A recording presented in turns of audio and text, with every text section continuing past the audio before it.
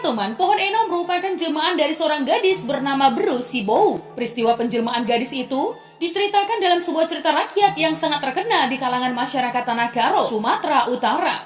Ya, cerita itu mengisahkan tentang kesetiaan si Bru kepada abangnya, Tare Ilo. Ia tidak tega melihat penderitaan abangnya yang sedang dipasung oleh penduduk suatu negeri. Oleh karena itu teman, ia mencoba untuk menolongnya. Seperti apa kisahnya?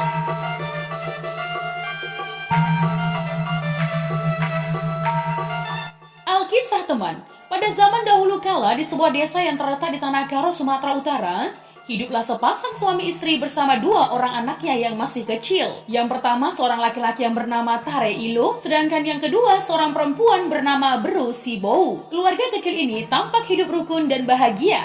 Namun teman, kebahagiaan itu tidak berlangsung lama. Karena sang suami sebagai kepala rumah tangga meninggal dunia. Ya, setelah menderita sakit beberapa lama. Sepeninggal suaminya, sang istrilah yang harus bekerja keras, membanting tulang setiap hari untuk menghidupi kedua anaknya yang masih kecil. Oleh karena setiap hari bekerja keras teman, wanita itu pun jatuh sakit dan akhirnya meninggal dunia. Nah teman, si Tare dan adik perempuannya masih kecil itu kini menjadi anak yatim piatu. Untungnya teman, orang tua mereka masih memiliki sanak saudara dekat. Maka sejak itu, si Tare dan adiknya diasuh oleh bibinya, adik dari ayah mereka.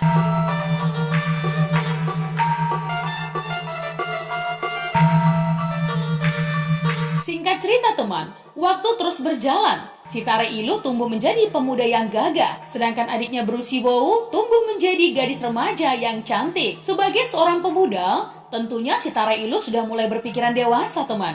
Oleh karena itu, ia memutuskan pergi merantau untuk mencari uang dari hasil keringatnya sendiri. Karena ia tidak ingin terus-menerus menjadi beban bagi kedua orang tua asuhnya.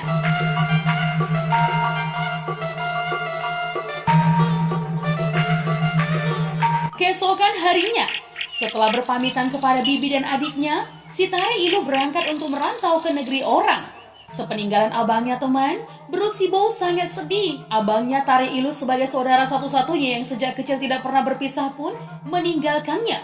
Ya, gadis itu hanya bisa berharap agar abangnya segera kembali dan membawa uang yang banyak. Sudah berminggu-minggu, berbulan-bulan, bahkan bertahun-tahun ia menunggu abangnya. Tetapi tak kunjung datang juga. Tidak ada kabar tentang keadaan abangnya. Ia tidak tahu apa yang dilakukannya di perantauan.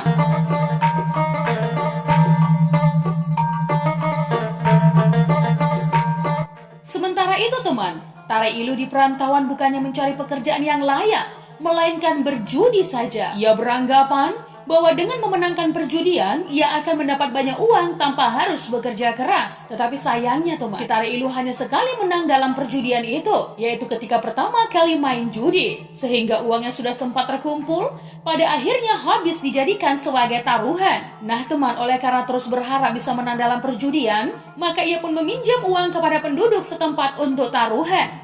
Tetapi lagi-lagi teman, ia mengalami kekalahan. Tak terasa, hutangnya pun semakin menumpuk dan ia tidak dapat melunasinya. Akibatnya si Tare Ilo pun dipasung oleh penduduk setempat.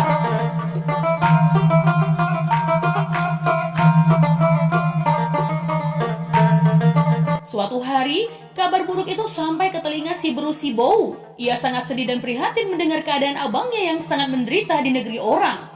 Dengan bekal secukupnya, ia pun pergi mencari abangnya. Meskipun ia tidak tahu di mana negeri itu berada. Sudah berhari-hari si Bru Sibou berjalan kaki tanpa arah dan tujuan, dengan menyusuri hutan belantara dan menyeberangi sungai. Namun belum juga menemukan abangnya.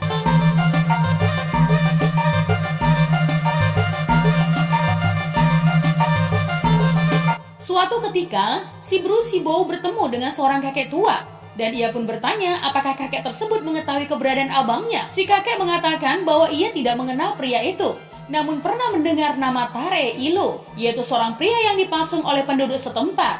Karena ulahnya yang gemar berjudi dan hutangnya sangat banyak. Singkat cerita teman, si kakek menyarankan untuk si Bru Sibou memanjat sebuah pohon yang tinggi. Setelah sampai di puncak, ia harus bernyanyi sambil memanggil nama abangnya. Ya, barangkali abangnya bisa mendengarnya. Setelah menyampaikan sarannya, sang kakek pun segera pergi. Sementara si Bru Sibou, tanpa berpikir panjang lagi, ia segera mencari pohon yang tinggi. Kemudian memanjatnya hingga ke puncak. Sesampainya di puncak, si Bru Sibou segera bernyanyi dan memanggil-manggil abangnya. sambil menangis. Ia juga memohon kepada penduduk negeri yang memasung abangnya agar sudi melepaskannya.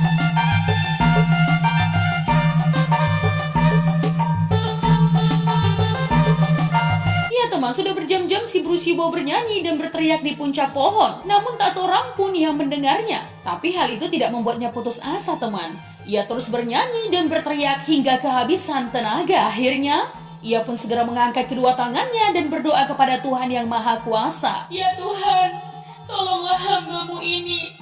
Aku bersedia melunasi semua hutang abangku dan merelakan air mata, rambut, dan seluruh anggota tubuhku dimanfaatkan untuk kepentingan penduduk negeri yang telah memasung abangku. Tolonglah ya Tuhan, kasihanilah hamba-Mu ini. Baru saja kalimat permohonan itu lepas dari mulut si Brusibo, tiba-tiba angin bertiup kencang.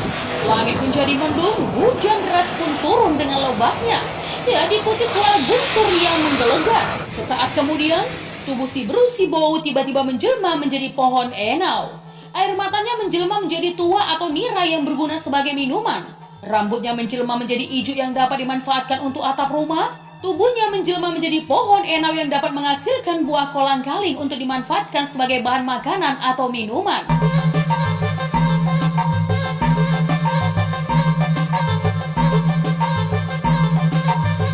Nah teman, demikianlah cerita kisah pohon enau dari daerah Sumatera Utara. Hingga kini, masyarakat Tanah Karo meyakini bahwa pohon enau adalah penjelmaan si Brusibo. Untuk mengenang peristiwa tersebut, penduduk Tanah Karo pada zaman dahulu, setiap ingin menyadap nira, mereka menyanyikan lagu enau. Nah teman, selain sebagai minuman sehari-hari, tuak memiliki fungsi yang sangat penting dalam kehidupan sosial budaya bagi sebagian masyarakat Batak di Sumatera Utara, terutama yang tinggal di daerah dataran tinggi.